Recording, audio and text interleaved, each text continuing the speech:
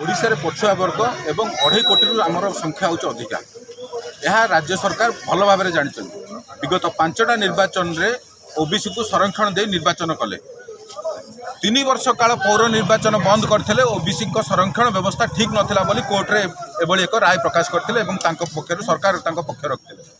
आज हठात निद भांगिला पंचायत निर्वाचन जो समय आसीगला निद भांगीगला जे आमर संरक्षण व्यवस्था ठीक होगा। कौ आधार में संरक्षण व्यवस्था ठीक है मोर एटा सरकार को प्रश्न।